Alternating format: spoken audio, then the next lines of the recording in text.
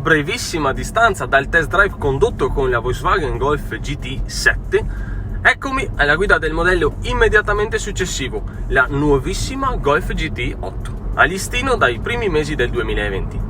Questa in prova oggi ha solo 2 mesi di vita e monta il collaudatissimo 2000 TSI da 245 cavalli, 370 Nm di coppia, 0 a 100 in 6 secondi e 3 con una velocità massima pari a 250 km/h.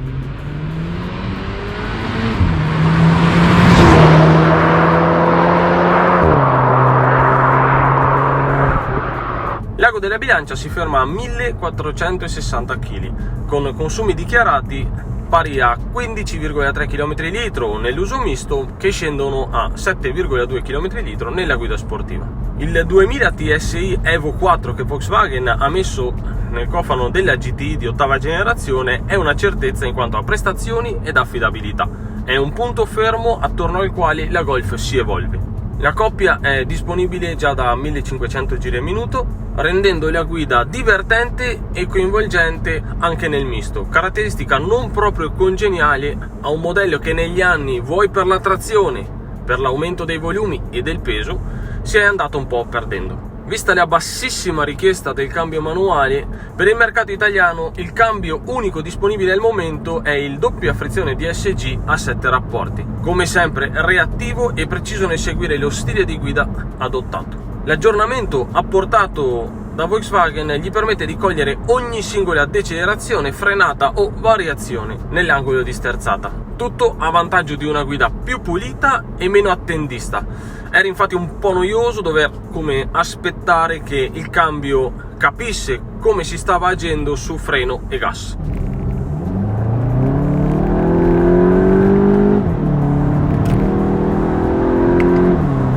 Molto più lineare della settima generazione.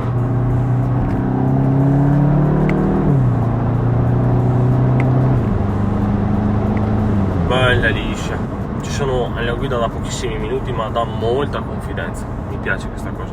Nell'ottava generazione debutta il comando Shift by Wire, capace di variare la modalità senza alcun collegamento meccanico diretto. La trazione anteriore non è tra le più fastidiose, merito dell'avantreno e del telaio, che garantiscono un'ottima direzionalità in ingresso curva senza un eccessivo sottosterzo in uscita. La casa di Wolfsburg descrive il tutto come un accentuato go-kart feeling, frase ad effetto che lascia il tempo che trova, visto e considerato che la gente ormai manco più le vuole manuali.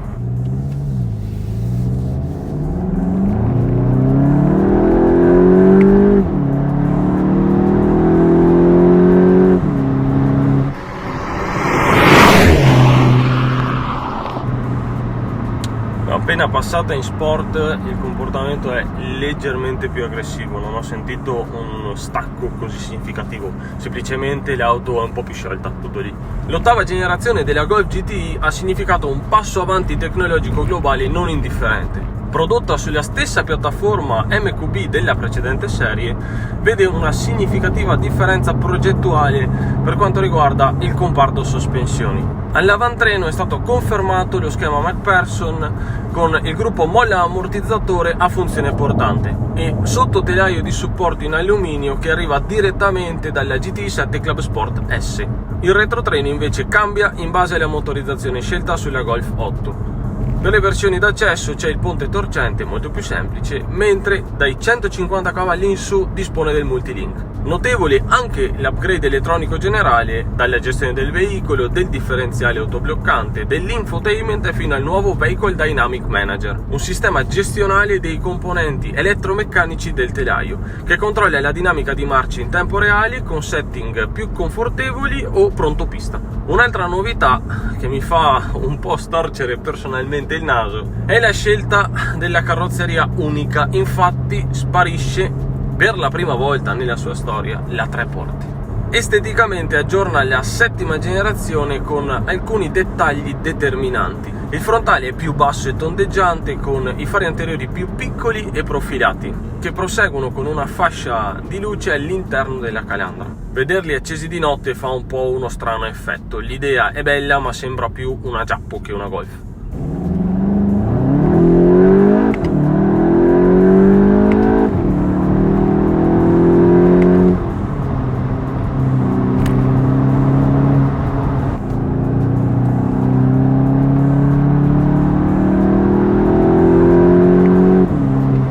Ottimo anche l'impianto frenante, questo l'avevo già riscontrato sulla 7ª generazione.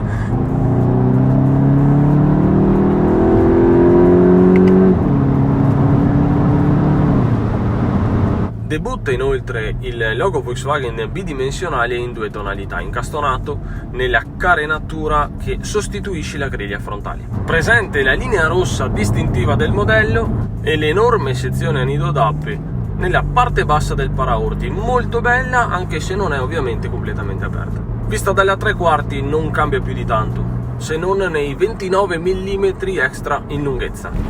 Il posteriore gode dei nuovi gruppi ottici AL che ricordano quelli installati sulla T-Roc. Completano il quadro un diffusore sportivo e le tipiche uscite di scarico singole poste alle estremità dello stesso.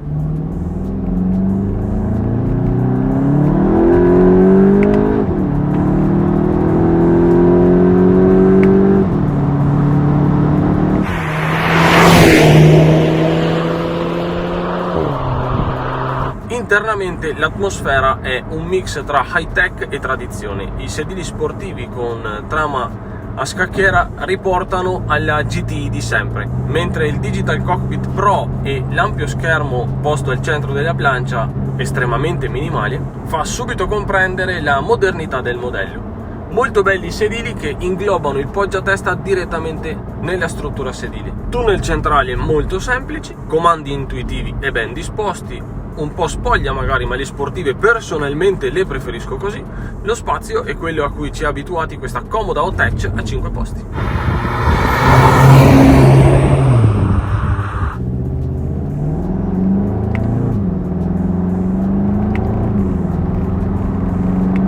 Ha un'ottima progressione, il cambio è rapidissimo, è perfetta così, mi piace un sacco. Si comporta davvero bene, molto comoda, forse un po' tanto tecnologica, però gli anni sono quelli che sono, è nuovissima, è così, ormai la Golf GT è così. Con un prezzo di listino pari a 40.250 euro, sì, sta benedetta GT costa sempre di più, entra di diritto nel segmento delle sportive a tutto tondo, nonostante la trazione anteriore ed un'evoluzione che l'ha resa sinceramente molto addomesticata. Prenderla nuova, a mio parere, non è una scelta indovinata, basti pensare che il prezzo è in linea con quello della Civic Type R, tutt'altra galassia in quanto a prestazioni, infatti 320 cavalli, telaio, cambio manuale meraviglioso e linea da panico. Poi ovviamente sono gusti e lì ognuno fa quello che vuole. Il modello che sto guidando, con questa colorazione in grigio, è molto particolare, se ne vedono magari di nere, qualcuna bianca, di blu, però questo grigio indovinato secondo me è un po' più raro da trovare. È sobria e mantiene un basso profilo, ideale per chi non vuole dare nell'occhio. Un punto a suo favore invece è sicuramente la facilità con la quale si può incrementare la potenza. Un semplice Stage 1 by Revo promette dai 313 ai 333 cavalli, un balzo in avanti non da poco.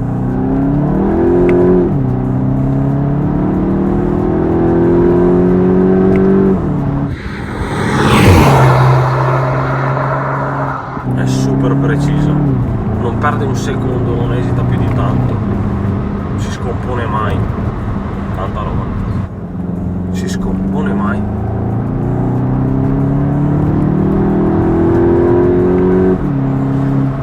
Quando carica la terza è una fucilata, si sente che ha del potenziale, mi piacerebbe provarla con sotto un'elaborazione non esagerata per carità, però si sente che ne ha tanto sotto. Anche il livello di assetto è molto piantata.